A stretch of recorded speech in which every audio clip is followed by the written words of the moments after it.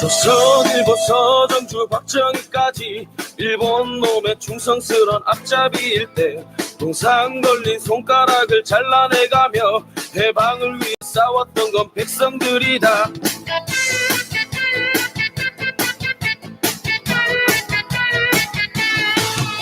한살모님 전두환과 그 똘마니들 5060의 부기영화 대물림할 때 잡혀가고 죽어가고 고문당하며 민주를 위해 싸웠던 건 국민들이다. 실과 진미로 배불리는 매국노들 여의도에 또아리 들고 갈수록 적반하장 후원무치 지랄연며 국민들 피눈물을 짜는구나. 더 이상 못 참아, 더 이상 못 참아. 국민이 나서자, 국민이 나서자. 우리의 힘으로, 우리의 힘으로 모두 갈아엎자.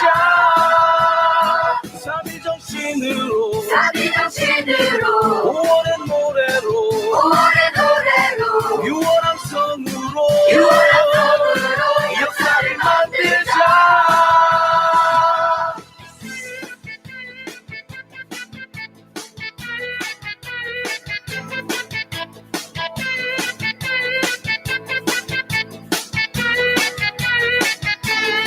실과 진미로 배불리는 매국노들 여의도에 또아리 들고 갈수록 적반하장 후원무치 지랄연며 국민들 피눈물을 짜는구나. 더 이상 못 참아, 더 이상 못 참아. 국민이 나서자, 국민이 나서자. 우리의 힘으로, 우리의 힘으로 모두 갈아엎자. 사비정신으로, 사비정신으로 5월의 노래로, 5월의 노래로 유월함성으로, 유월함성으로 역사를 만들자. 더 이상 못 참아, 더 이상 못 참아. 국민이 나서자, 국민이 나서자. 우리의 힘으로, 우리의 힘으로 모두 갈아엎자. 사비정신으로, 사비정신으로 5월의 노래로, 5월의 노래로 유월함성으로, 유월함성으로 역사를 만들자. 우리의 힘으로.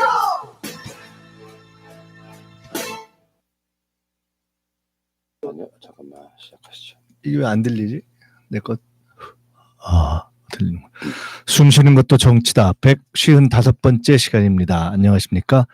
음악을 계속 듣고 싶지만 계속 들을 수가 없어서 이거 아주 흥겨운데요. 예, 방송을 시작하도록 하겠습니다. 안녕하십니까? 더불어민주당 포용국가위원장 김민석입니다. 오늘도 저희 더불어민주당 미래사무부총장 김현 부총장님 함께 계시고요. 네, 안녕하십니까. 김현입니다. 이선희 씨가 온 줄 알았는데. 오늘 유난히 이선희 씨 같으네.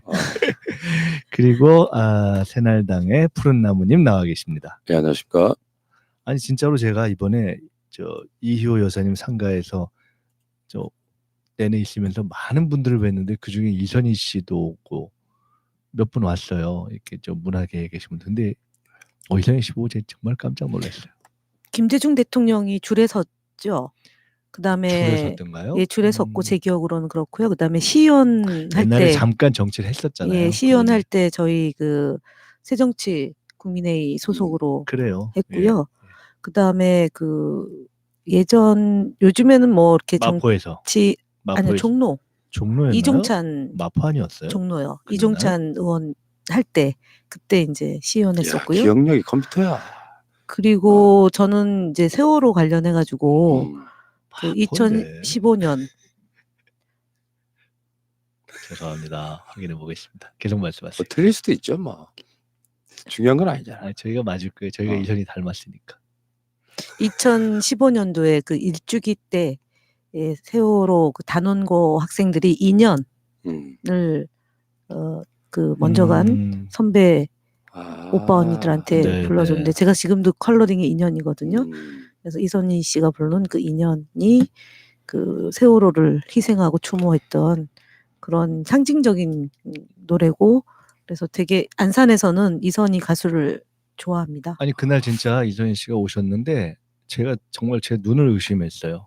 세월이 멈춰버렸죠. 아니요, 멈춘 게 아니라 거꾸로 빽했더라고요. 제가 어릴 때 봤었는데 더 젊어졌어요. 눈도 초롱초롱. 제가 깜짝 놀랐잖아요. 영혼이 맑으시니까 아마 그런 네. 것 같습니다. 우리 저 안산에 자주 오시라고 좀 하세요. 네, 좀 부탁할게요. 잘 아시나요? 저는 김현 우리 부총장님이 아. 잘 아시는 줄 알았는데. 가수 이선희 씨랑 그 다음에 이해찬 대표가 정무부 시장 할 때 아마 같은 시기에 이분은 시의원하고 그 다음에 정무부 시장 한 걸로 제가 그렇게 기억을 하고 있어요. 연락할 수는 있는데. 이해찬 대표님 어. 스타일로 봐서 그렇게 막 서로 전화번호 주고받고 이러지 않을 것 그렇지 않아요, 같은데. 그분은. 정무부 시장한 거하고 당시 시원하고 아무 상관없을 것 같은데. 마지막에. 네, 그렇고요. 오늘은 여러 가지 이제 저희가 다룰 얘기들이 있는데 우선 시진핑 주석이 북한에 간다고 해요. 북에 간다고 하는 방북 소식부터 시작해 보도록 하겠습니다. 우선 지금 발표된 내용은요. 시진핑 주석이 북과 중에서 동시에 발표했는데 14년 만에 중국 지도자로서는 14년 만에 오는 20일, 21일 1박 2일이죠. 공식 방문한다고 양쪽에서 발표를 했습니다. 북에서는 시진핑 주석이라고 안 하고 중화인민공화국 주석인 습근평 동지가 예, 맞습니다. 조선을 국가 방문하게 된다 이렇게 발표를 했어요. 그 전에 그럼 누가 간 거죠? 14년 전에? 김정일이죠. 아니요. 14년 전에 갔던 저 중국 쪽 지도자가 후진타오였나? 잠깐만 제가 봤는데 아마 후진타오 주석이 갔던 것 같습니다. 제 기억에는 2005 맞습니다. 네, 2005년에 네, 후진타오 전 주석이 방북한 것을 끝으로 해서 그 후에는 김정일 위원장, 김정은 위원장은 뭐 올해만 4차례 이렇게 해서 지난해부터 올해까지 그러니까요. 4차례 다녀오신 거의 거고요. 한 네. 1년 안에 그러니까 지난해 3월부터 올 1월까지니까요. 쭉 갔는데 그 사이에 뭐 계속 또 방북 요청이 있었던 것으로 알려져 있잖아요. 그런데 전격적으로 발표를 했습니다. 이 의미에 대해서 조금 말씀들 나눠보시죠. 지난번에 방중했을 때가 아마 김정은 국무위원장의 생일이었고 그래서 굉장히 하노이 가기 전이었죠. 예, 굉장히 이제 환대와 그다음에 중국과의 뭐 친선 이런 것들이 확인하는 과정이었다라는 거고 이번에 방북은 답방 형태이기도 하지만 지금 북미 정상회담이 교착 상태에서 방북을 통해 이제 중국의 역할과 그다음에 이제 북미 관계 개선에도 또 일정 정도 역할이 있을 것으로 보고 특히 또 이제 남북 정상회담 얘기도 있었지 않습니까? 지난번 대통령께서 해외 순방 중에 6월 달 안에 못하리라는 뭐라고 표현하셨나요? 되게 중의적으로 말씀하셨는데 어쨌든 6월 달에도 가능성이 아예 없는 것은 아니지 않다라고 얘기를 했던 걸로 보면 이번에 방북은 북한, 남한, 중국, 미국 이런 4개의 국가가 이전에 지난해부터 우리가 종전 선언에서 그 평화 선언으로 가면서 평화 협정으로 가는 그 길에 4개의 나라의 역할이 중요하다라고 한 만큼 어쨌든 화답 형태도 있지만 교착 상태에 있는 북미 관계나 그다음에 남북 관계를 개선하고 대화하고 하는데 크게 좀 변화의 한 기폭제가 되지 않을까라는 전망들이 있는 거 아닌가 싶네요. 우선 이번 방북은 그러니까 본질적으로 이제 북미 관계, 남북 관계에 이제 중국이 등장을 하는 것인데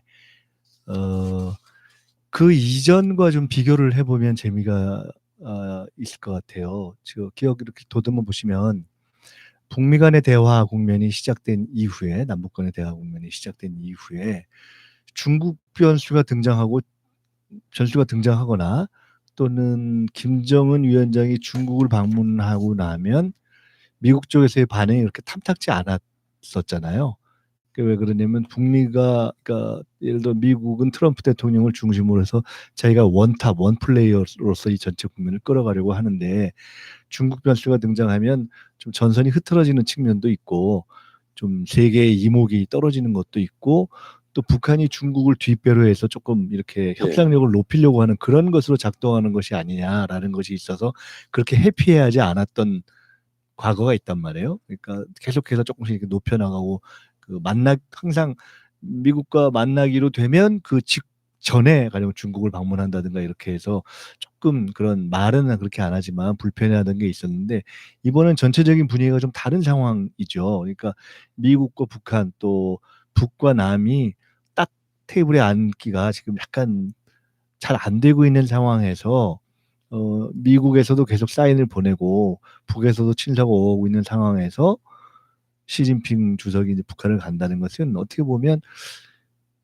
지금 이렇게 일종의 이 중간에 매개자로서의 역할 내지는 뭔가 이렇게 만남을 이렇게 그러니까 중매를 세는데 일정하게 역할을 하는 그런 분위기가 돼서 미국으로서도 역할을 오히려 해주길 바라는 그러한 약간 분위기가 형성되는 가는 그런 맥락이 일단 다르다는 것이 첫 번째일 것 같아요. 그렇기 때문에 그걸 연장시켜 본다면은 한편으로는 기존의 연장선에서 북과 중의 관계 속에서 북이 대미 대남 관계에 있어서의 중국을 어떤 협상력을 높이는 지렛대로 쓰는 측면도 있을 수 있지만 한편으로는 잘 테이블에 앉기 싫어하는 북을 테이블에 앉아라라고 권하는 모양새를 연출할 수도 있을 거고 그것을 오히려 그렇게 가는 명분으로도 북이 활용할 수 있을 거라는 점에서 전체적으로는 선순환적으로 플러스적으로 기여하는 것이 있지 않나 싶고 또 중국 입장에서는 딱 이렇다고 얘기할 수는 없겠지만 최근에 미국과 중국의 무역 분쟁이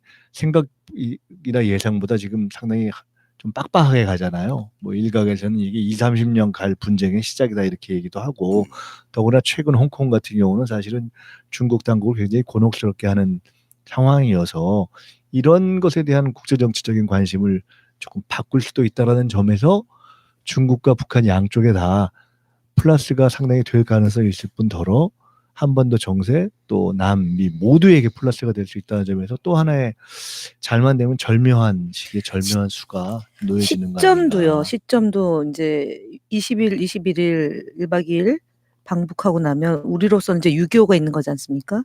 그리고 나서 이제 G20이 6월 27일부터 28일 문재인 대통령하고 트럼프 대통령과 시진핑이 또 이제 한 자리에 모이는 거잖아요.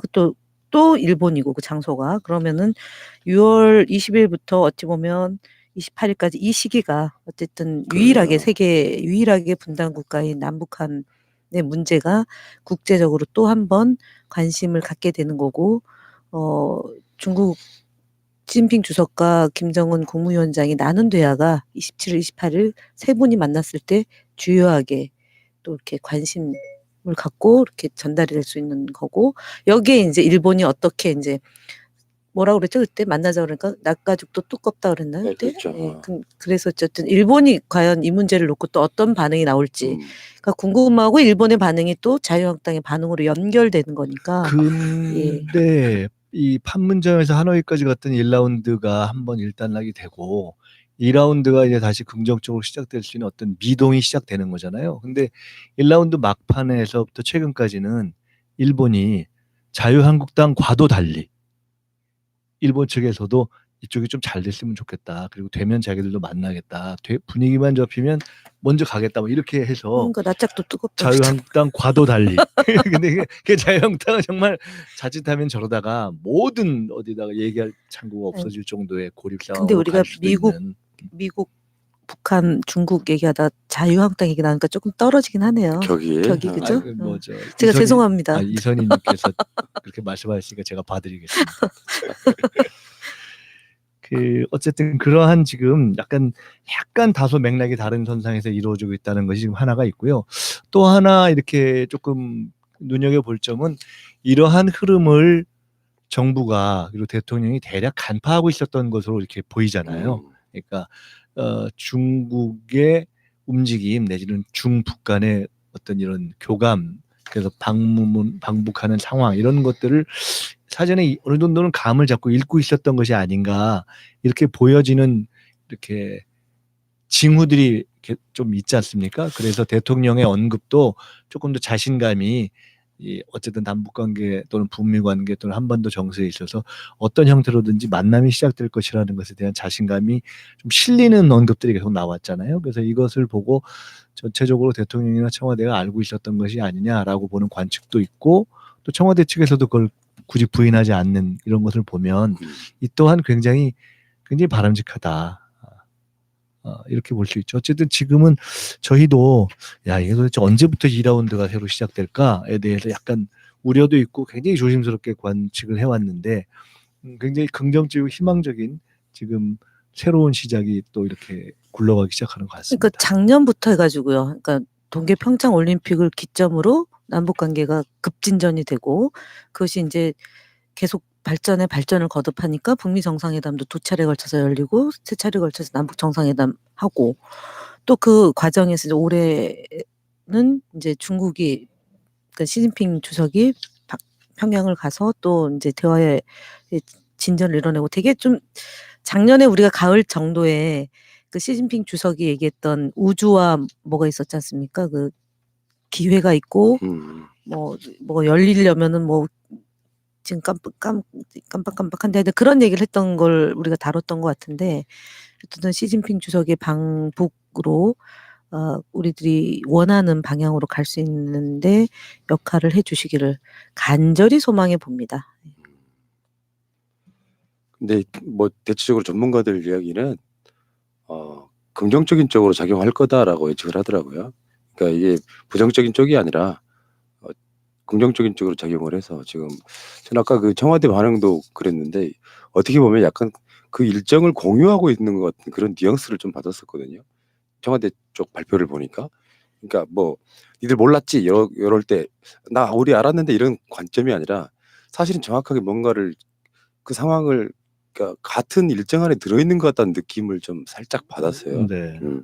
잘 연결되는 톱니바퀴가 네. 이렇게 연결돼가지고 제대로 굴러가는 것 퍼즐 맞추는 것처럼. 예. 조금 다른 얘기인데 지금 보면 그러니까 북은 북대로 어쨌든 내부에 이런저런 것이 있지만 최근에 이제 김여정 부부장이 다시 등장하고 등등 하면서 어쨌든 전체적으로는 미국의 친서도 보내고 이렇게 하면서 원칙적인 입장에 있어서의 미국에 대한 불만을 가짐에도 불구하고 어쨌든 전체적인 북미 관계를 풀어야겠다는 기존엔 변함이 없다라는 그 큰 메시지를 타전하고 있잖아요. 그리고 그런가 하면 이제 미국에서도 사실은 트럼프 대통령이 일관되게 그런 메시지를 보이고 있을 뿐만 아니라 어젠가 그젠가 어디 여론조사를 보니까 그 민주당의 바이든 현재 부통령이 그 만약에 트럼프 현 대통령을 각각 후보로서 다음 차기 대선을 전제해서 여론조사를 했을 때 바이든 후보가 꽤 앞서는 걸로 나오더라고요. 그리고 그 탄핵에 대해서도 계속해서 상당히 계속 가야 된다는 여론 등등이 있어서 트럼프 대통령 입장에서는 북한 문제가 풀어야 이렇게 자기가 성과를 낼 수 있는 데 대한 압박이 또 강화되는 것 같아요. 그리고 뭐 아까도 말씀드렸지만 중국도 어쨌든 이번에 뭐 최근에 많이 말씀들 나눴겠지만 그 뭐 이물리안 행진국이 우산 행진국이라는 이름으로 불려지기까지 하는 이런 홍콩 상황 이런 것 등등을 놓고 볼 때 다들 한반도에서 뭔가 이렇게 득점을 하는 것이 필요한 상황으로 가고 있기 맞습니다. 때문에 하여간 굉장히 좋은 것 같고요. 하늘이 덮고 있다. 네. 자 그렇게 하고 이 정도 하고 그 국내 소식으로 좀 넘어가 볼까요? 예. 수준이 좀 떨어지더라도 어쩔 수 없이 우리가 좀 고급진 얘기를 계속 했으면 좋겠지만 자유한국당을 주로 하는 이런 얘기 또 국회 얘기를 좀 해야 될 것 같습니다. 그 국회가 계속 공전을 하고 파행을 하고 이렇게 되다가 지금 바른미래당 쪽에서 오신환 원내대표도 막 나서기도 하고 등등 하면서 지금 어쨌든 한국당을 뺀 여야 4당의 동행 구조가 다시 재현됐어요.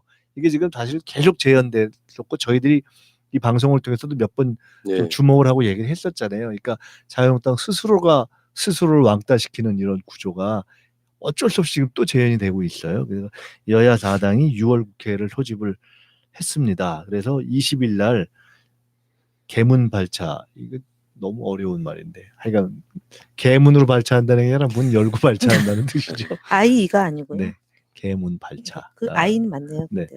를 하기로 했습니다. 그 국회 쪽 얘기를 지금 저 당에서 당직을 하고 회의를 매일 하고 계신 우리. 제가 2박 3일을 어딜 잠시 다녀와가지고요.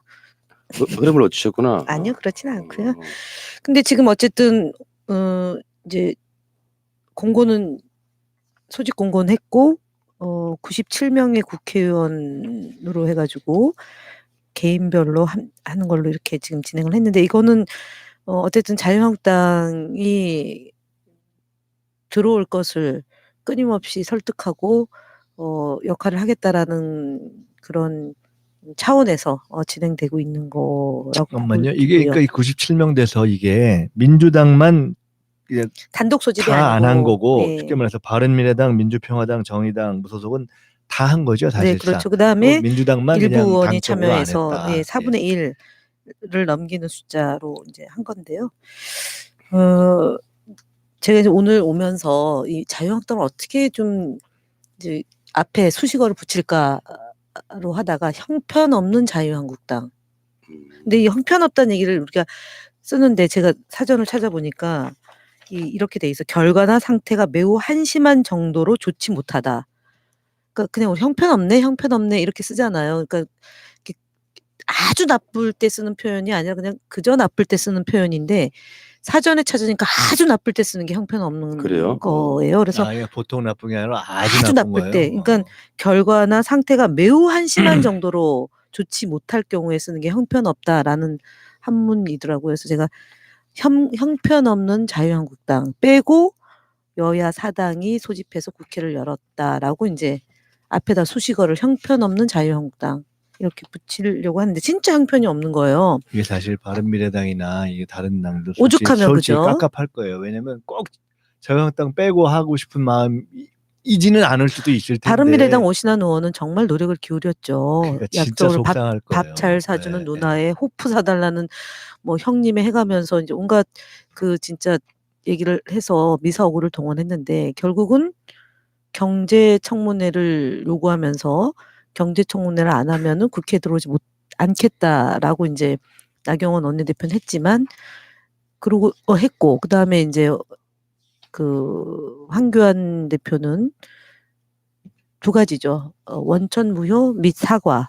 그러니까 패스트트랙 원천 무효와 사과. 그다음에 한 단계 더 나가서 1대1 만나 달라. 왜 만나는 걸 회피하냐. 이제 이런 얘기를 하면서 이제 경제청문회를 하나 얹혔는데 경제청문회는 그냥 하는 얘기고 1대1 회담을 해달라는 얘기의 다른 표현인 거잖아요, 지금. 제가 보니까 이런 것 같아요. 저는 진짜 경제청문회를 갑자기 들고 나오는 걸 보고 앞으로는 이 원내대표를 청문회를 해야 되겠다 이런 생각이 들더라고 진짜. 원내대표들 그냥 뽑고 나면 국회를 정상적으로 운영할 수 이제 청문회를 해야 되겠다는 생각이 들었는데 근데 지금 말씀하신 것처럼 나경원 대표의 생각은 사실은 이미 사실상 포기가 아닌가라는 생각이 들더라고요. 왜냐하면 그 의총을 제가 들어가 보진 않았지만 이 뉴스에 자막되는 걸 얼핏 보니까 그 경제청문회의 내용과 뭐 형식 이런 거 이름과 형식에는 얽매이지 말자고 나경원 대표가 의원들한테 했다는 걸 보니까 사실상 말은 경제청문회지만 국회를 열고 상임위에서 뭐 경제 문제를 다룬다든가 이런 거를 하고도 뭐 이게 우리가 사실상 경제청문회를 하는 심정과 자세로 했다. 이렇게 그냥 일종의 면피를 할 수 있을 정도의 마음을 가졌고 있는 거 아닌가. 일단 이걸 열어야 되니까 너무 압박이 되니까 그런 것 같은데 지금 저 황교안 대표가 거기다가 이제 뜬금없는 얘기 계속 하는 거잖아요. 경제청문회를 얹혔을 뿐 아니라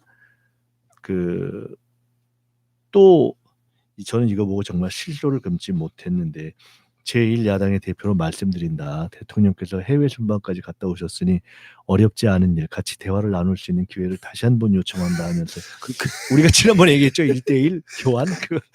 참 진짜 계속해서 그 만날 기회를 다 지금 걷어차놓고 뭐 스토커야. 맨날 1대1로 만나달라고 하게.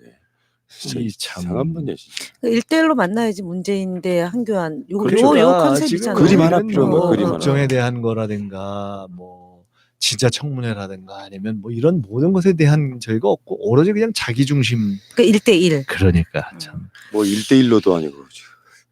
근데 그 청와대 집무공간 들어가는 데도 보면은 계단이 레드카펫이에요. 예. 거기를 밟고 아. 싶은가 봐요. 그렇구나. 네. 참. 그래서 하여간 아까 그거- 우리 얘기처럼 이미 나경원 원내대표도 사실상 밖에서 싸울 전투력도 상실했고 지지도는 떨어지고 경제청문회는 이게 영 뜬금없는 소리라는 거에서 여론의 반향은 없고 그러니까 그냥 경제청문회 말만 그렇게 하고 적당히 할게요라고 했는데도 불구하고 안에서 또 지금 빗장에 걸려서 엄청 깝깝한 국면으로 지금 간 거죠. 게다가 그 사실상 어떻게든 조금 이렇게 가깝게 하고 싶었던 바른미래당조차도 가까이 하기에 정말 너무 안 도와주는 자유한국당이 돼서 결국은 다시 여야 4당 구조가 4당 동행 구조가 형성되고 자유한국당 왕따가 또 된 거죠. 근데 추경안 처리를 못 해주겠다는 이유로 국회를 봉쇄한 경우는 없는 거잖아요. 2012년도 이후에. 그러니까 네. 그러니까 정리를 좀 하자면은 박근혜 때 같은 경우는 당시 문재인 대표가 직접 추경을 해야 된다. 뭐 그렇게 제안한 예, 적도 그때 있고. 그 사스 때문에 굉장히 국민들이 극도로 공포감 있을 때 추경을 편성해야 된다고 제안을 하셨던 거고 시기적으로 좀 46일을 넘긴 게 이제 이번 거고 그다음에 이제 또 하나 이유를 뭐 경제가 안 좋다고 하면서 왜 추경하냐 경제가 좋다면 왜 추경하냐 이런 또 얘기를 하는데 추경은 추경대로 하고 경제 상황에 대한 논의는 논의대로 하고 이제 이래야 되는데 정말 이런 어깃장이 없습니다. 진짜 형편없는 자유한국당. 이게 그러니까 본인들이 두 가지 말이 엇갈리고 있잖아요. 하나는 이미 경제가 폭망했다라고 이야기했잖아요. 네. 어떤 경우는 이번에는 또 지옥이라고 그랬죠. 지옥. 또 이번에는 폭망인지 아닌지 그 살펴보자. 알아보기 위해서 청문회 하자. 그러니까 폭망이라고 규정을 해놓고 난리를 치고 나서는 또 이제는 폭망인지 아닌지 알아보고 규정하자. 폭망이라고 했으면 폭망 거기에 대응하기 위해서 살릴 방법을 찾든가. 그러니까 그리고 국회에 들어와서 얼마든지 할 수 있는 거 아니에요. 하고 싶다면. 지난번에 저희가 잠깐 다뤘고 요새 한참 그 팩트 체크 이거를 열심히 하고 계신 그 최백은 교수 있잖아요. 네. 그 얼마 전에 제가 통화를 한번 했었는데 오늘 어디 기사를 보니까 최백은 교수가 또 그렇게 얘기를 했더만요. 그러니까 아니 경제가 생각보다 어려워질 거라는 걸 다들 생각하고 있었고 게다가 지금 미중 부역 분쟁이 좀 더 안 좋은 쪽으로 가고 더구나 반도체 경기 이게 세계적인 거고 이래서 지금 우리가 더 어려운 외적 요인이 있는 건 맞는데 이러면 소득주도 성장을 더 강화하는 것밖에 답이 없고 또 추경을 지금 얘기하는 것보다 훨씬 더 해야 맞다. 10%. 그래서 자기는 원래 한 13조 뭐 이상 막 이렇게 갔어야 된다고 생각을 했다. 근데 자유한국당이 정말 경제가 어렵다고 하면 오히려 적극적으로 들어와서 지금 추경을 막 제안하고 그렇죠. 이렇게 해야 점수를 딸 텐데 오히려 그렇게 해라. 근데 뭐 하냐 이런 얘기를 이제 하셨더라고요. 그러니까 그렇죠. 오히려 야당이 정부에 오히려 공격적인 추경을 해야 그러니까요. 된다라고 주장을 해야 되는데 거꾸로 돼 있고 최 교수님 얘기하셨으니까 하나 더 덧붙이면 이게 경제다라는 책을 최근에 좀 보고 있는데요. 많은 분들이 좀 읽으면 내용이 좋아요. 그러니까 수치와 통계로 이렇게 그러니까 이명박 팩트 체크를 박근혜 정확하게 정부가 때 이렇게. 있었던 상황, 그다음 지금 언론을 통해서 조작되고 있는 여론, 자유한국당에서 가짜 뉴스로 생산하고 있는 내용 이런 것들 다 바로잡는 건데 되게 내용이 좋아요. 좋아요. 그래서 네네. 우리 그 새날 청취하시는 분들은 최백은 교수의 이게 경제다라는 책을 꼭 이렇게 좀 구독을 하시면 사서 좀 보시면은 좋아요 눌러주시고 제가 구독해 지금 주세요. 그 연구원에 있을 때 좀 공들였던 거 하나가 민주시민학교라고 해서 당과 시민들 이렇게 한 그 교육 그 프로그램이 있었어요. 근데 이제 지금 최근에는 이게 이제 총선을 앞두고 있어서 좀 시간도 어렵고 해서 이제 연구원에서 그걸 진행하지는 못하죠. 근데 그 민주연구원 당시에 그 시민학교에 참여했던 분이 이제 동창회가 만들어졌어요. 근데 그분들이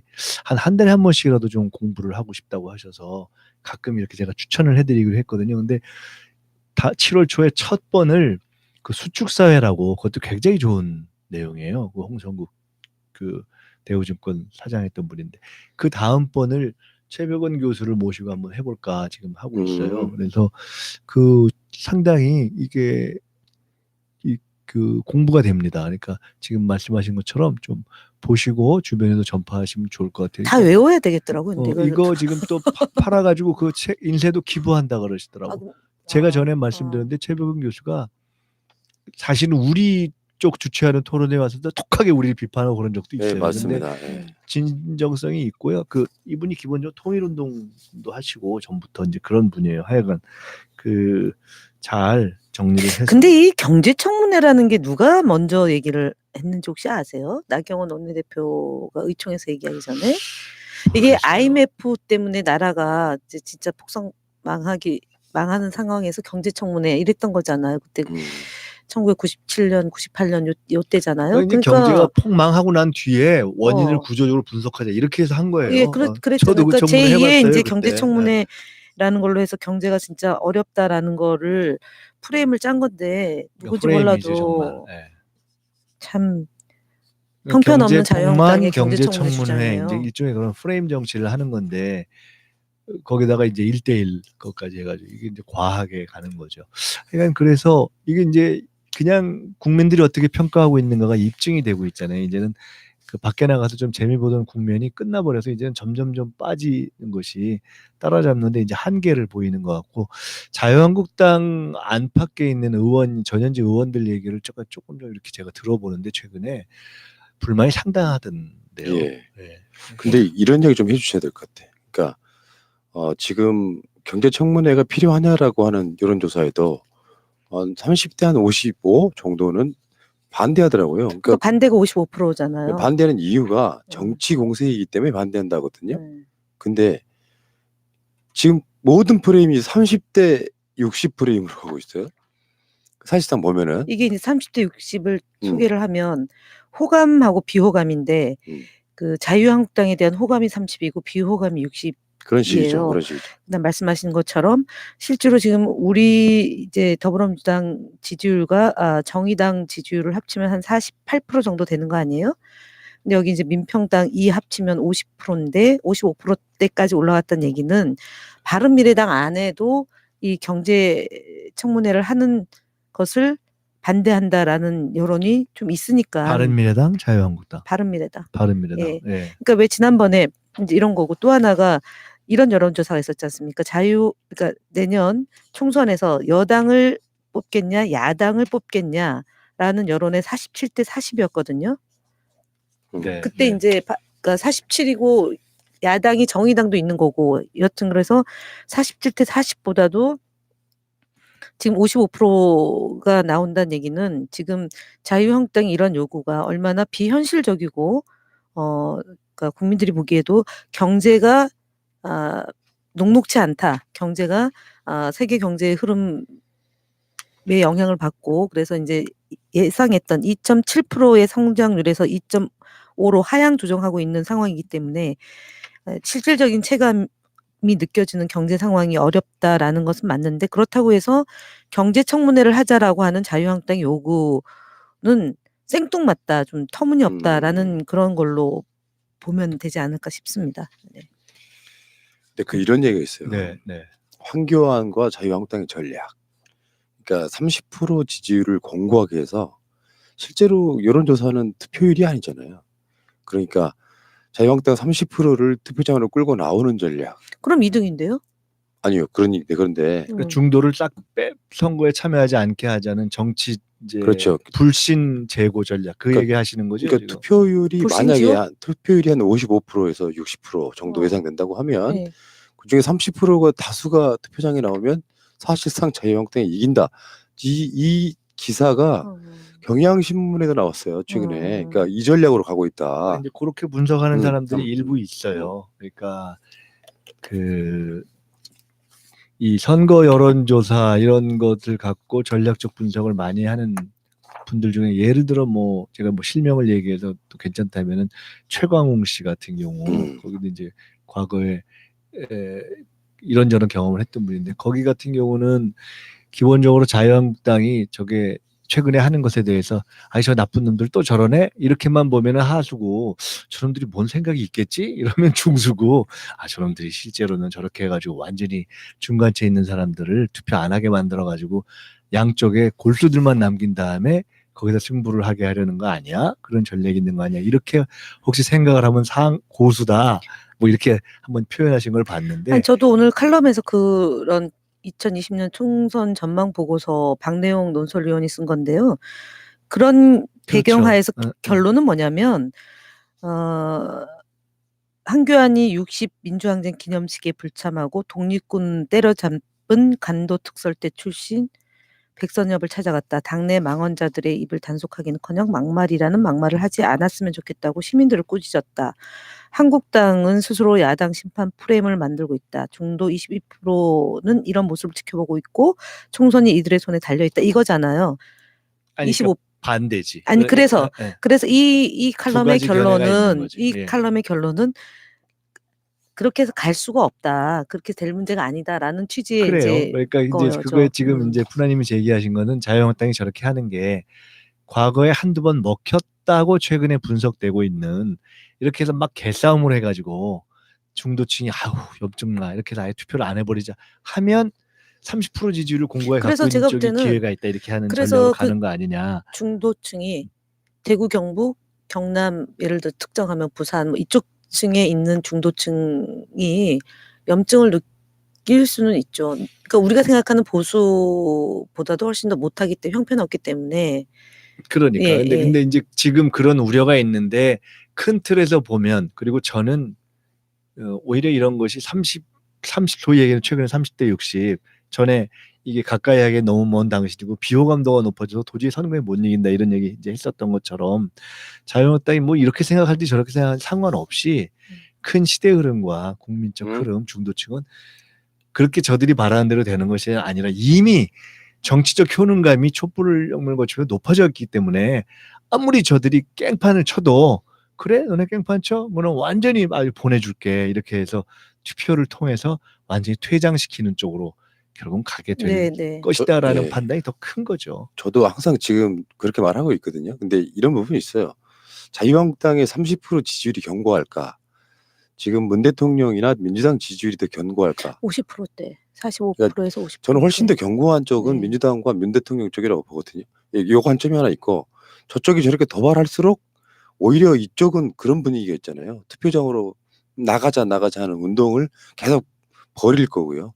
아마 사전 투표를 통해서 저는 어떤 결론이 나버릴 거라고 생각하는데 어쨌든 그러면 그렇게 해서 선거를 그러니까 그런 방식 완전히 그 네거티브한 쪽으로 선거를 완전히 올인해 가지고 선거를 끝내고 나면 자유한국당의 소멸은 훨씬 더 빨라지지 않을까 싶은 거예요. 그렇죠. 그리고 저게 결국은 자기들이 바라는 대로 이도저도 다 안 될 거예요. 그러니까 이게 다 싹수를 보면 알잖아요. 지금 저 장에 나가서 한 것도 결국은 이도저도 다 안 되잖아요.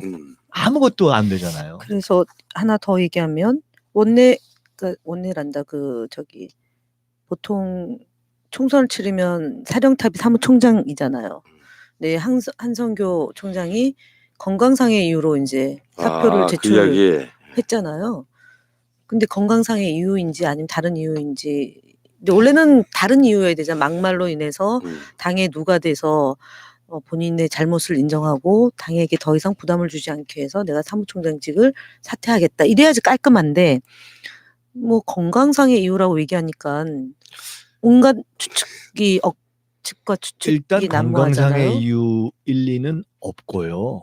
제가 볼 때. 그 자리가 어떤 자리인데? 예. 그리고 정상적이라면 문책 그렇죠. 해임이어야 되는데 그것도 아니고 그래서 사실상 가장 가능성이 높은 것은 이런저런 과정에서 지금 사실상 황교안 대표 체제가 흔들리고 있는 게 한편으로는 지금 누구죠? 그 홍문종 이런 것처럼 완전히 저 꼴통 나가자파가 마음에 안 드는 것이 있고 또 한편으로는 저 바른미래당 또는 이렇게 탄핵 찬성했다가 복당한 그쪽이 야 이거 그래서 국회에 들어가야 되는 것이 아니냐라는 양쪽에서 지금 불만이 있는 것인데 거기에 기름을 끼얹고 있는 것이 황교안 대표가 사실은 그 총리 시절 있었던 거의 관료팀들이 그냥 독주한다는 거 아니에요. 지금 음. 총장이 있어도 거기에 뭐 누구 하는 그 총 때 같이 있었던 공무원 출신들, 관료 출신들이 그냥 거기서 알아서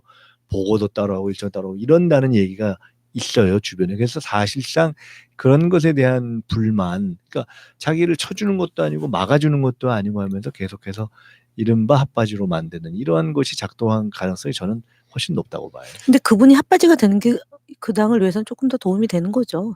아니, 어찌 그 보면 좋고 말고를 떠나서 저게 그러니까 이런 거잖아요. 당의 지도자나 이런 것은 뭐 그 노선을 떠나서 전체를 통합을 하고 공조직을 통해서 최대한도로 그걸 걸러내고 이렇게 하는 것인데 저건 이미 이른바 태극기 모독파와 그다음에 바른미래당 갔다 온 파 이 양쪽을 정리를 못하고 있고 그러면서 또 공적인 조직으로 걸러내지도 못하고 있고 사적인 작동이 되고 있고 그리고 지금 나경원 원내대표도 말이 지금 안 나와서 그렇지 이미 사실상 신경전이 시작이 됐다고 봐야 되는 거거든요. 그런 속에서 그냥 계속 1대1로만 외치고 이렇게 해서 모든 면에서 저는 파열음이 나기 시작하고 있는 것이다. 이렇게 보이는데요. 그건 이제 알겠고요. 하나만 더 해결해 주셔야 돼. 국회를 지금 들어가잖아요. 20일 날 개원을 하면 예결위원장이 지금 자유한국당이잖아요. 이 상황이라고 하면은 법을 바라보는 관점이 애매한 부분이 있더만요. 그러니까 뭐 법대로 하자도 있고 관리대로 하자도 있는데 예결위원장이 국회에 들어오지 않은 상황에서 추경 처리가 어떤 식으로 가능할 수 있습니까? 없죠. 그렇죠. 그러니까 법대로 하면은 이게 이제 국회의장 직권으로 할 수 있는 방법이 유일하게 한 가지가 있긴 하다 그러던데. 근데 그거는 이제 정말 의장이 결심을 해야지만 되는 거죠. 그래서 어쨌든 지금 이제 앞서 얘기했던 것처럼 자유한국당이 안 들어오니까 민주당과 나머지 당의 의원들의 연명으로 이제 소집욕을 한 것은 그야말로 개문발차해서 일단 자유한국당이 들어올 수 있는 최소한의 덜 자존심 상하고 들어올 수 있는 여지를 주기 위해서 한 거기 때문에 국회의장의 직권으로 뭘 해서 처리를 하면 그 이후에 정기국회도 굉장히 좀 어려워질 수도 있기 때문에 그렇게까지는 안 갈 거고 저는 들어올 거라고 보는데요. 일단 자꾸 그대로 해석을 한다면 해석의 여지는 있는 것이죠. 왜냐하면 5월 말로 이제 기존의 그쵸.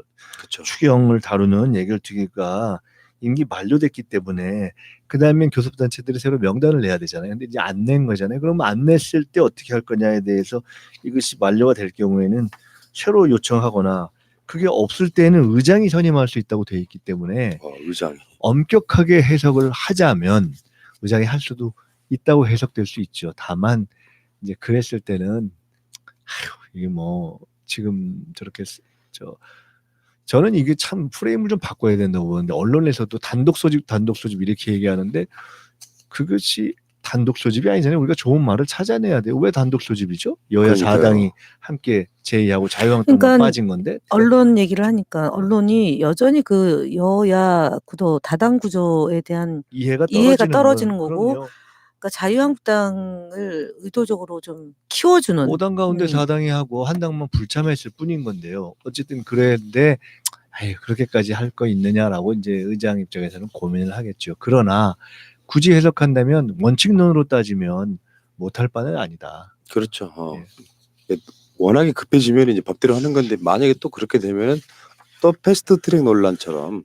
근데 저는 이럴 때는 저번에도 한번 그런 말씀 드렸던 것 같은데 세게 논쟁을 해줘야 됩니다. 저는 국민 앞에서 지금은 필요한 것은 예를 들어 이인영 원내대표가 나경원 원내대표하고 나와서 붙자 토론으로 해가지고 패스트트랙이 잘 됐는지 못 됐는지 국회 소집이 뭐가 과연 잘못됐는지 그다음에 예결을 해야 되는데 추경을 하고 예결을 내라 안 되면 말을 하고 그런 해서 어쨌든 국민들이 본 걸로 승부를 내야지 뭐 지금 안 하는데 어떡하겠어요. 근데 원내대표 안 해보셨잖아요. 근데 원내대표 안 해봤어도 그런 생각을 왜 안 하겠어요. 그러나 그건 깨자는 얘기로밖에 안 되니까 나경원 원내대표와 만약에 비공개 대화를 나눴는데 그 얘기를 예전에 공개하잖아요. 그러면은 깨자는 얘기밖에 더 돼요? 아니 비공개로 하는 게 아니죠. 결국은 이럴 때는 그 국민들 앞에서의 서로의 결국은 논전이거든요. 가는 클럽 토론 한다는 거 아닌가요 지금? 이 국회 소집도 사실상 의장의 직권으로 뭘 계속 하는 것이 아니면 우리가 논전을 벌이는 거잖아요. 그러니까 우리가 다 답답하고 그래서 하는 건데 이럴 때 결국 할 수 있는 것은 대국민 설득밖에 없다 하는 얘기를 하는 거죠.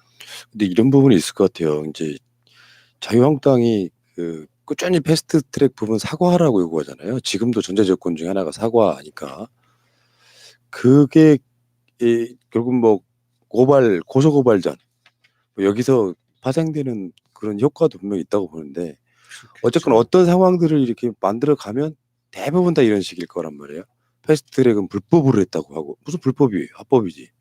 국회의장 단독 직권으로 예결위 관련한 구성을 한다고 해도 또 그런 식으로 갈 거고 결국에는 이 사람들은 국회에 들어올 생각이 일단은 전혀 없다 아니겠습니까? 근본은 그렇다고 봐야죠. 예. 이 프레임이 사실상 총선까지 가는 총선 전략 프레임으로 짜 있는 것이기 예. 때문에 이게 저런 식으로 하면 계속해서 시비를 걸 텐데. 그러니까 세게 붙어야 된다는 거죠. 여기 예를 들면 그러니까 저도 그렇게 생각해요. 패스트트랙 같은 경우도 지금은 수면 아래 가라앉아 있지만 예를 들어서 법대로 하자 그러면 이 사람들 다음 국회에 들어온다고 해도 국회의원직이 날아갈 수 있는 엄중한 사안들이잖아요. 이런 것들을 그냥 수면 아래 가라앉히는 게 아니라 패스트트랙이 불법이었는지 아니었는지를 다시 붙여야 된다고 생각하는데 민주당이 지금 이번에 임시국회 개회하면서 사실상 민주당 국회의원들 몇 명 빌려주는 것 같은 모양새로 야 3당이 개원하게 만들었잖아요. 너무 조심스러운 게 아닌가. 이럴 때는 그냥 진짜 세게 붙어가지고 아예 전쟁을 일으키는 게 낫지 않을까. 이런 전략을 한번 짜보라. 저는 그런 생각이거든요. 아니 근데 지금 우리 김현 조원장님이 조금 전에 말하자면 아예 원내대표 해봤어? 이런 식으로 간다면 전형적으로 이럴 땐 투트랙이 필요한 거죠. 한편으로는 대화의 여지를 열어놓는. 왜냐하면 지금 의원들끼리 사실 이런 거 할 적에는 친한 의원들끼리 막 야, 이런 거 아니냐 이렇게 얘기를 하게 되거든요.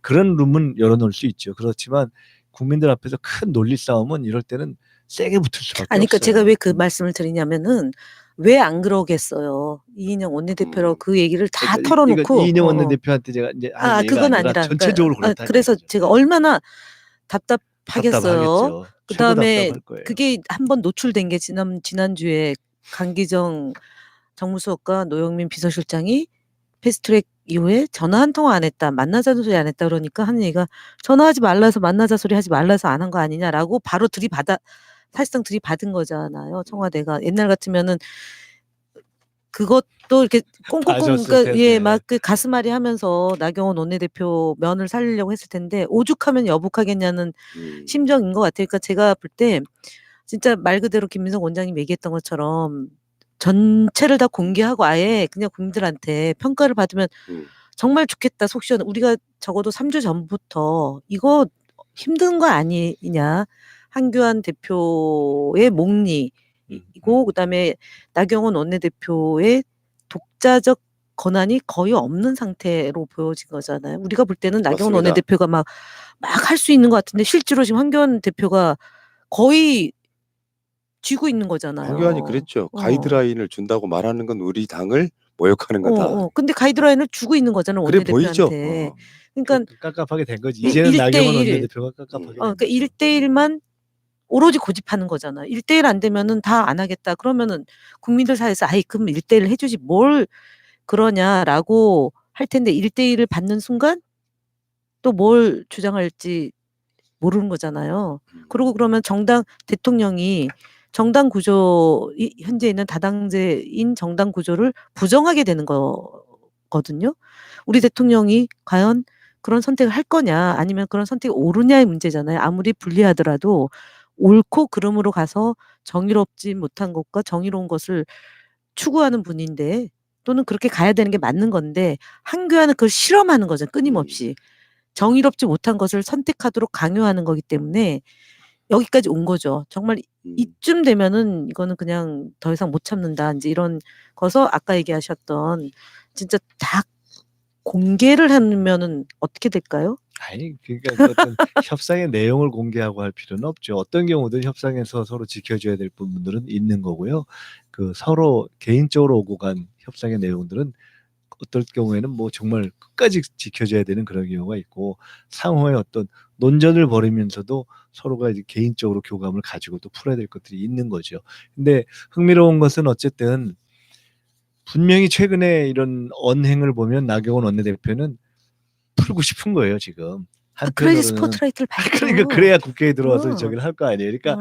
이게 원내에 있을 때는 나경원이 펄펄 날다가 밖에 나가니까 펄펄 나는 것 같은데 어느새 이제 저쪽 넘어갔단 말이죠. 그러니까 경제청문회도 한다고 해놓고 아니 저 이름하고 형식은 나한테 맡겨달라 이렇게 했던 것처럼 적당히 좀 풀고 싶었던 것 같은데 못하는 걸 보니까 우리가 차마 이렇게까지 못하겠지만 참 나경원 힘내라 이제 이렇게 돼야 되는 국면이 참 되는 건지 정말. 그렇죠. 이간질 전략 써야죠 이제.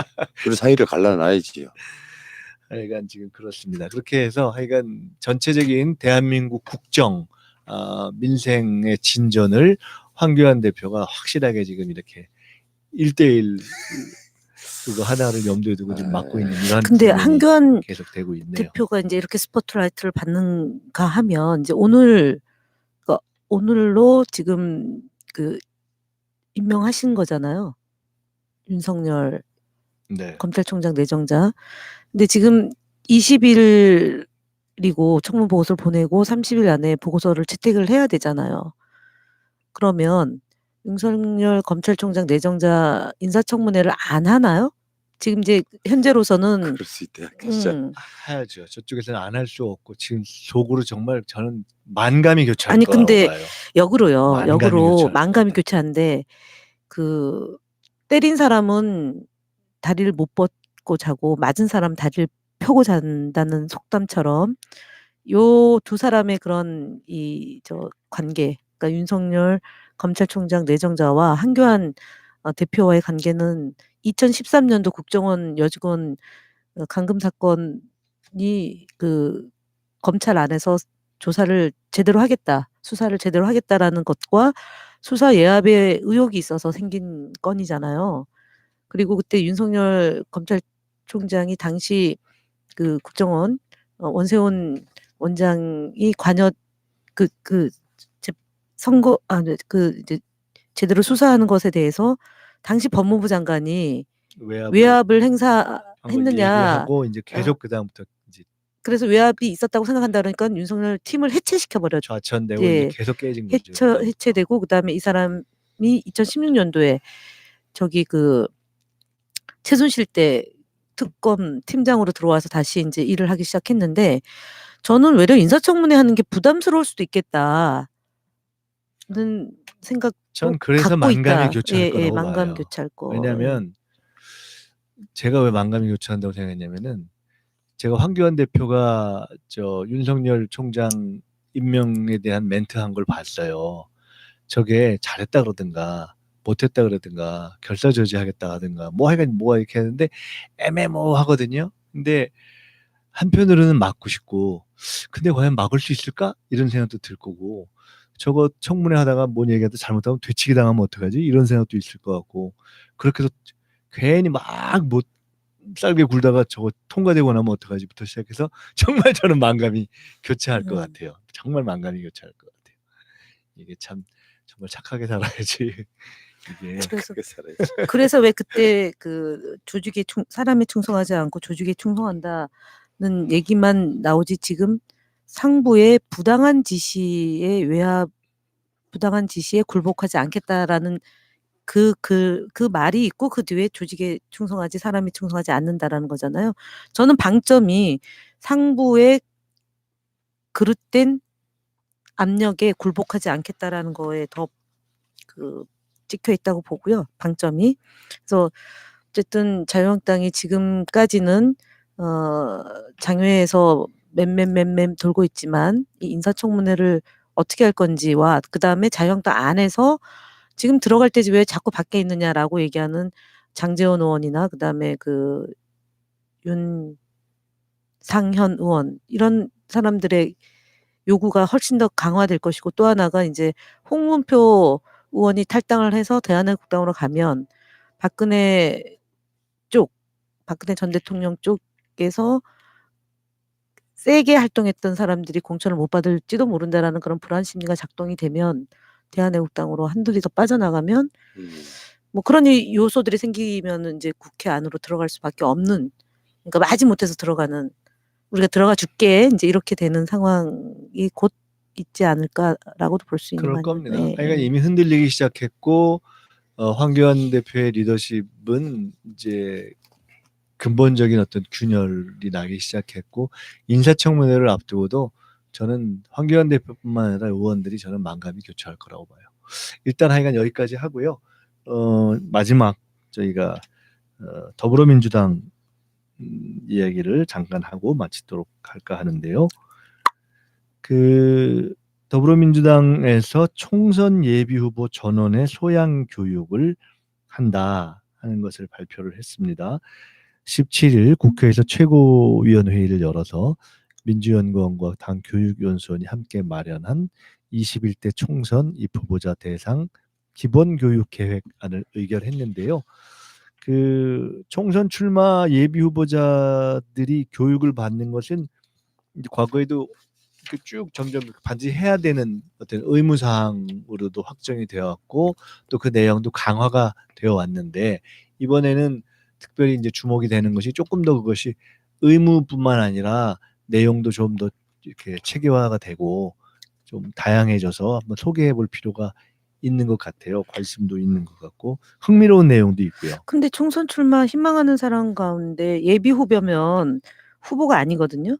그 네. 경선 때 후보까지 포함시키는 거잖아요. 지금 그렇다고 봐야 이거는 되겠죠. 없었어요. 이런 식의 교육. 예비 후보까지는 없었나요? 네, 그러면 없죠. 후보가 확정된 이후의 교육만 있었. 그것도 교육이 아니라 그냥 공천장 주는 형태이죠. 이렇게 체계적으로 내용을 갖춰서 하는 것은 제가 왜냐면 이제 우리가 굳이 따지면 응, 응, 응. 우리 당의 당원 당규에 이렇게 국회의원 정도 나올 분들 또는 지방의원 나올 분들이 의무 교육을 이수해야 되는 것은 기본으로 있었기 때문에 사실은 이런 건 다 있는 건데 지금 말씀하신 대로 하면 그럼에도 불구하고 조금 유명무실화됐던 측면이 그러니까 있어서 중앙당 자격 심사를 마친 예비 후보니까 한 단계가 훨씬 더 많아진 거예요. 그러니까 후보 전 단계, 그러니까 등록을 하잖아요. 오케이. 예, 하면 이제 하는데 이게 강의가 문재인 정부 국정 목표와 과제, 품격 있는 정치 언어와 정치 커뮤니케이션, 성인지와 양성평등, 민주주의와 인권, 사회적 소수자 배려, 공인으로서의 자질 등 공직자의 자세,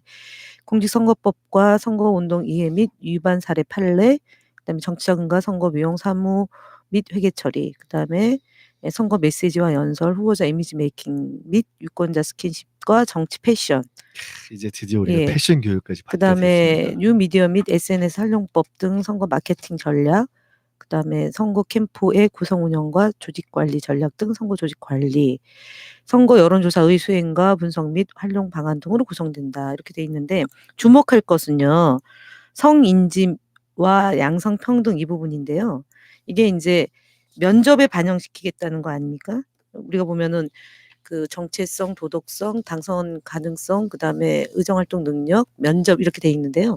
그 배점이 뭐 15점에서 10점, 40점 이렇게 이제 각각이 배점이 되는데 성인지와 양성평등은 면접 점수에도 반영이 됩니다. 왜냐하면 반영시킬 예정입니다. 왜냐하면은 아니 다른 다가 아니고 그것만 그런가요?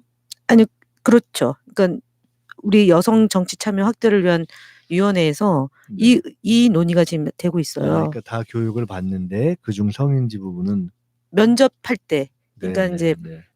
후보 경선 시 면접이 있지 않습니까? 그래서 이건 뭐냐면은, 그러니까 후보들이 각각의 성평등에 대한 성인지와 평등에 대해서 어느 정도 인식하고 있는지 문항에 넣어서 답변 늘 하게 하는다. 네, 이거 네. 이게 이제 사실은 지난번에 어느 공무원 면접에도 그 이제 사회적 약자에 대한 판단을 어떻게 하고 있는지를 문항에 넣겠다라고 아마 나왔던 걸로 기억하는데 이게 실제로 태도와 인식이잖아요.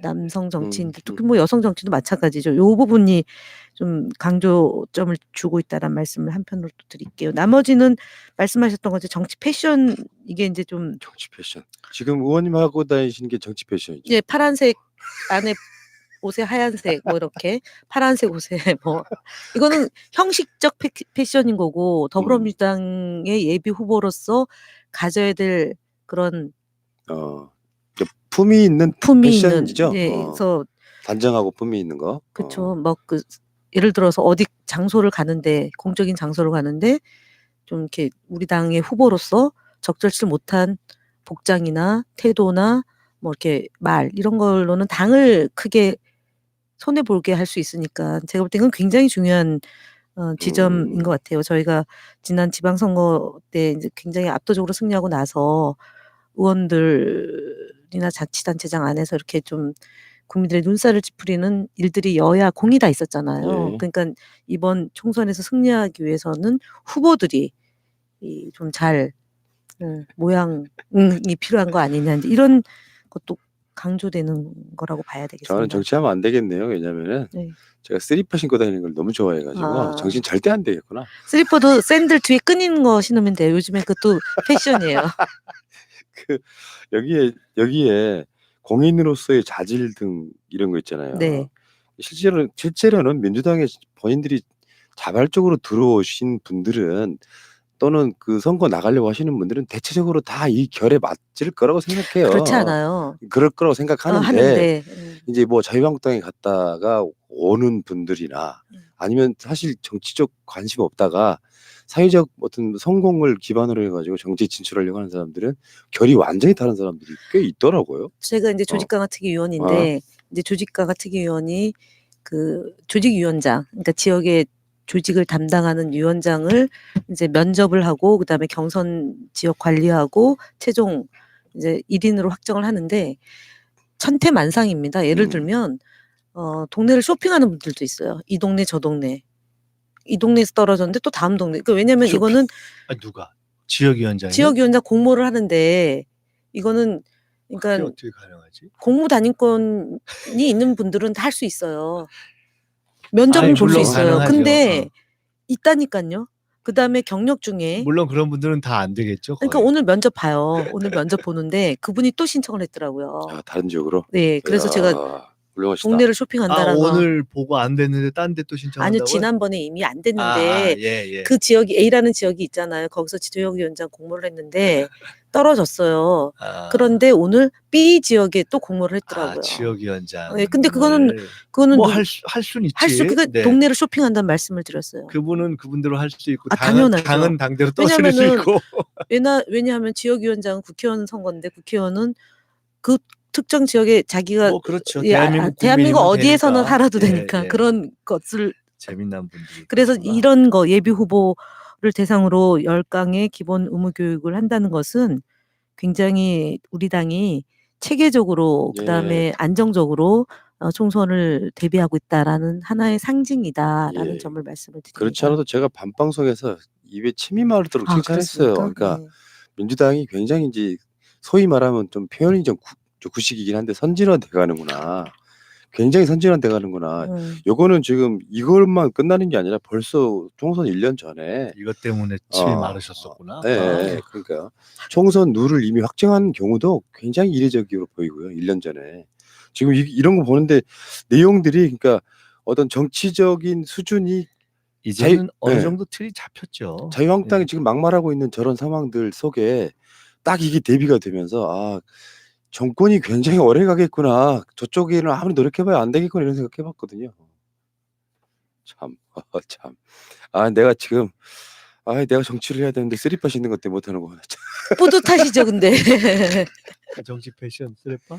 그러니까 저는 여름에는요 전혀 운동을 안 신어요. 발이 열이 많아가지고 한겨울에도 양말을 실내에서는 거의 벗거든요. 그러니까 여름에 쓰리빠 신었는데 정치를 하면 구두 신어야 될 거 아니에요. 안 해. 시켜도 안 한다고. 이거 참. 우리 푸나님이 정치를 하는 가장 결정적인 이유는 슬리퍼 양말을 때문이었어요. 신어야 되는 네. 그 슬리퍼 얘기하니까 갑자기 저기 이명박 전 대통령의 아들이 이시영. 예, 아들이 슬리퍼 신고 월드컵 나타나가지고요. 사진 찍어서 논란이 됐던 게 갑자기 떠오르네요. 알겠습니다. 혹시 우리 푸나님께서 정치를 하기를 간절히 원하시는 분은 푸나님 발에 구두를 신어도 될 수 있도록 하는 뭐 특수 양말 같은 거 아이고 선물을 그만. 해주시면 자, 그렇게 하겠습니다. 농담을 다큐로 받았습니다. 네. 자, 오늘 여기까지 하겠습니다. 오늘 감사하고요. 저희가 계속해서 그 새로운 좋은 뉴스, 특히나 남북관계에 관련한 소식이 이달 6월 하반기에 계속해서 이었으면 하는 그런 바람으로 오늘 방송 마치도록 하겠습니다. 감사합니다. 맞습니다. 감사합니다.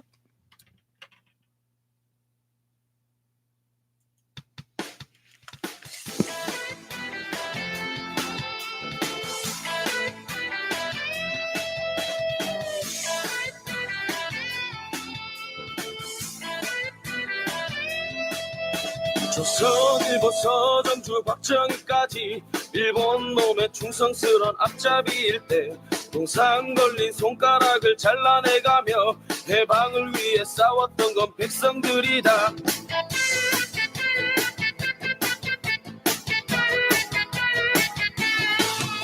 한살원인 전두환과 득돌머니들 5060의 무기영화 대물림할 때 잡혀가고 죽어가고 고문당하며 민주를 위해 싸웠던 건 국민들이다. 7일과 친미로 배불리는 매국노들 여의도에 또아리 들고 갈수록 적반하장 후원무치 지랄연병 국민들 피눈물을 짜는구나. 더 이상 못 참아 더 이상 못 참아 국민이 나서자 국민이 나서자 우리의 힘으로 모두 갈아엎자 3일 정신으로 5월의 노래로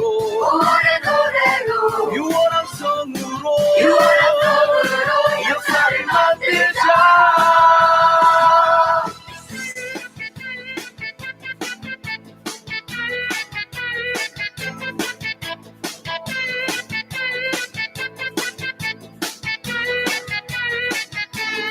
실과 진미로 배불리는 매국노들 여의도에 또아리 들고 갈수록 적반하장 후원무치 지랄 연병